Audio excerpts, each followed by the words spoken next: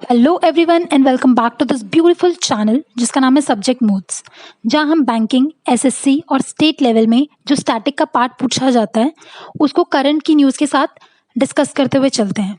और इसी सीरीज़ को आगे बढ़ाते हुए हमने एक नया इनिशिएटिव स्टार्ट किया है जिसमें हम जितनी इंटरनेशनल लेवल की ऑर्गेनाइजेशंस हैं उनको एक बहुत ही ईजीएस्ट वे में और एक बहुत ही सिंपल सी ट्रिक के साथ डिस्कस करते हैं, वो भी इन डिटेल। मैंने ऑलरेडी आसियान नेशन की वीडियो डाली हुई है, अगर आपने नहीं देखी है तो उसे आप वहाँ जाके देख सकते हैं। और जो इंटरनेशनल ऑर्गेनाइजेशन या ग्रुप आज हम डिस्कस करेंगे वो है G7। G7 ग्रुप ऑफ 7 ये ग्लोबल ऑर्गेनाइजेशन है जिसमें 7 कंट्रीज आती हैं। और वो कंट्रीज कौन कौन सी हैं? Canada, France, Japan, USA, Italy, England and Germany. अब जो सेकंड क्वेश्चन इस ऑर्गेनाइजेशन से आपसे पूछा जा सकता है या G7 से पूछा जा सकता है वो है इसका गठन या इसकी फॉर्मेशन कब हुई थी। तो ये हुई थी 1975 में। अब जो वर्ल्ड की जीडीपी है एज पर 2018 वर्ल्ड की जीडीपी का 46% ये 7 कंट्रीज कंट्रीब्यूट करती हैं। अब इस ऑर्गेनाइजेशन का क्या काम है या मेन ऑब्जेक्टिव क्या है? जो ग्लोबल लेवल पे प्रॉब्लम्स होती हैं, क्लाइमेट से रिलेटेड हो गया, और अभी आपको पता है कोविड-19 चल रहा है, तो ये सारे इश्यूज ये डिस्कस करती है और इन पे काम करती है। ठीक है। अब जब इसकी फॉर्मेशन हुई थी ना, तब ये G7 नहीं, ये G8 था। तो जो एग्जाम में आपसे पूछा जा सकता है कि G7 में से ऐसा कौन सा कंट्री है जो बाहर हुई है अभी रिसेंटली, वो थी रशिया, जो कब बाहर हुई? 2014 में। अब आपसे एग्जाम में पूछा जा सकता है कि क्या रीजन था, क्यों ये इससे बाहर हुई। ठीक है। तो यूरोप कॉन्टिनेंट में आपको एक कंट्री मिलेगी क्रीमिया, जो आपको यूक्रेन के पास मिलेगी। जो यहाँ के प्रेसिडेंट थे उस टाइम पे, कौन? पुतिन। इन्होंने क्रीमिया के ऊपर अटैक किया था इसको हथियाने के लिए कि ये रशिया का ही पार्ट बन जाए। तो इसलिए इसको G7 ग्रुप में से बाहर कर दिया और अब इसमें G7 ही है, लेकिन पहले ये G8 थी। और अभी आपको पता है कि जो रशिया के प्रेसिडेंट हैं, कौन? पुतिन, ये काफी न्यूज में चल रहे हैं। क्यों? क्योंकि यहाँ पे एक अभी रेफरेंडम आया था कि इनको अब 2036 तक रशिया का जो प्रेसिडेंट है या राष्ट्रपति है वो घोषित कर दिया गया। अब जो रशिया है इसकी कैपिटल क्या है? मॉस्को। तो ये छोटे छोटे पॉइंट्स आपसे एग्जाम में पूछे जा सकते हैं कि G8 को G7 कब किया, कौन सी कंट्री इसमें से बाहर हुई, या कौन सी कंट्री के ऊपर अटैक किया था, क्या रीजन था, और अभी जो पुतिन जी है रशिया के प्रेसिडेंट, वो कब तक इनको यहाँ पे प्रेसिडेंट घोषित कर दिया गया। ठीक है। अब आपसे एग्जाम में पूछा जा सकता है कि इसका 2020 का जो 46th एडिशन है वो कौन सी कंट्री में होना है। तो ये आपको मिलेगा यूएसए में। आपसे एग्जाम में एडिशन का नंबर कौन से नंबर का है, 46th, ये भी पूछा जा सकता है, और कौन सी कंट्री में हुआ है ये भी पूछा जा सकता है। तो जब भी इसकी समिट या एडिशन होता है G7 का, तो वहां पे एक एज अ गेस्ट या इनवाइटी कंट्री भी बुलाई जाती है। तो 2020 में जो बुलाई जाएगी यूएसए में एज अ गेस्ट कंट्री वो है रशिया। ये जो G7 का 46th एडिशन है ये होना था इन जून में, बट यहाँ के जो प्रेसिडेंट हैं ट्रम्प, इन्होंने इसको पोस्टपोन किया है सितंबर तक। तो ऐसा क्या रीजन है जिसकी वजह से इन्होंने इसको पोस्टपोन किया है? तो जो ट्रम्प है यूएसए के प्रेसिडेंट, वो चाहते हैं कि G7 जो है या तो वो G8 हो जाए या फिर G11। और जो कंट्रीज वो इसमें ऐड करना चाहते हैं वो कौन कौन सी है?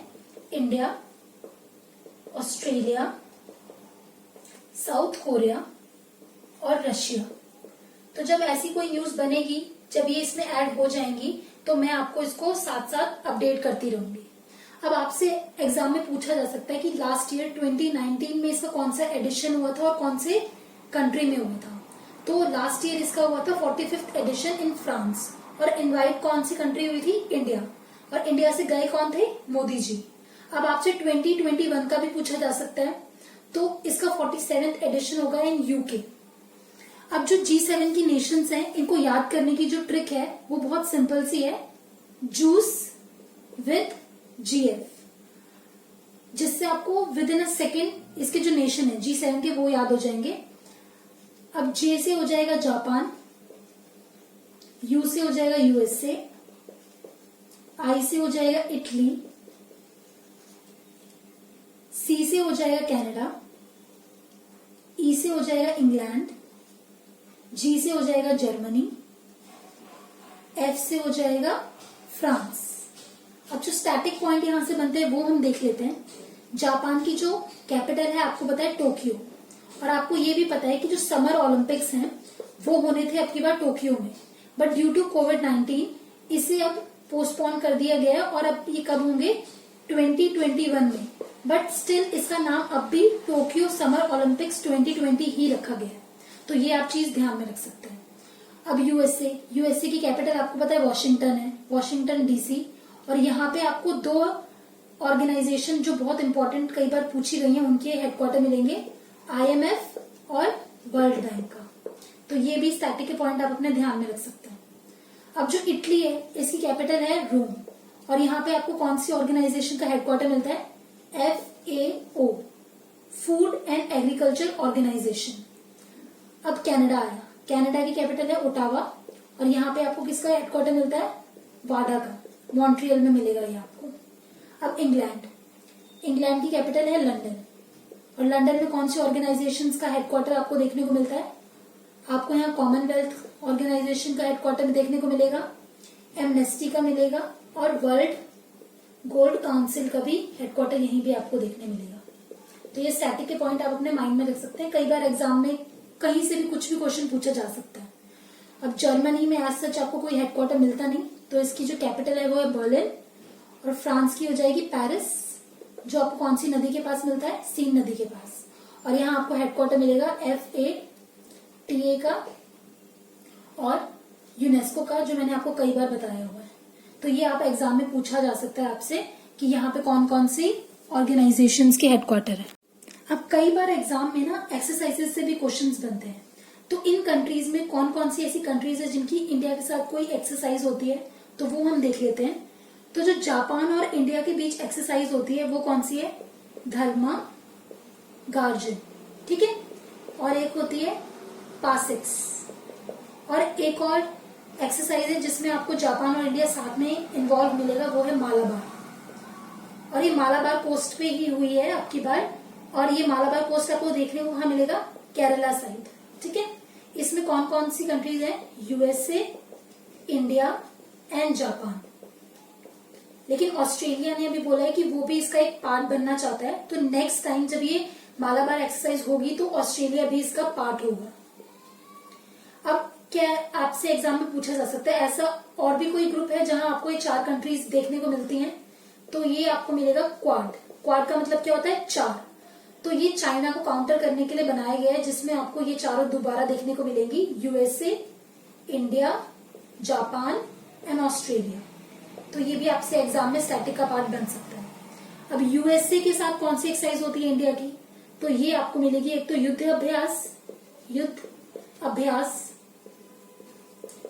अभ्यास देखने को मिलेगी, और एक जो अभी हुई है वो आपको मिलेगी टाइगर ट्रम्प। कहाँ पे हुई है, विशाखापट्टनम में, जो आंध्र प्रदेश में है वो, वहां पे। और ये फर्स्ट एवर ऐसी एक्सरसाइज थी जिसमें तीनों मिलिट्री ने पार्ट लिया था, इंडियन आर्मी, नेवी और एयरफोर्स, तीनों ने यहाँ पे पार्ट लिया था। तो ये भी आपसे एग्जाम में पूछा जा सकता है।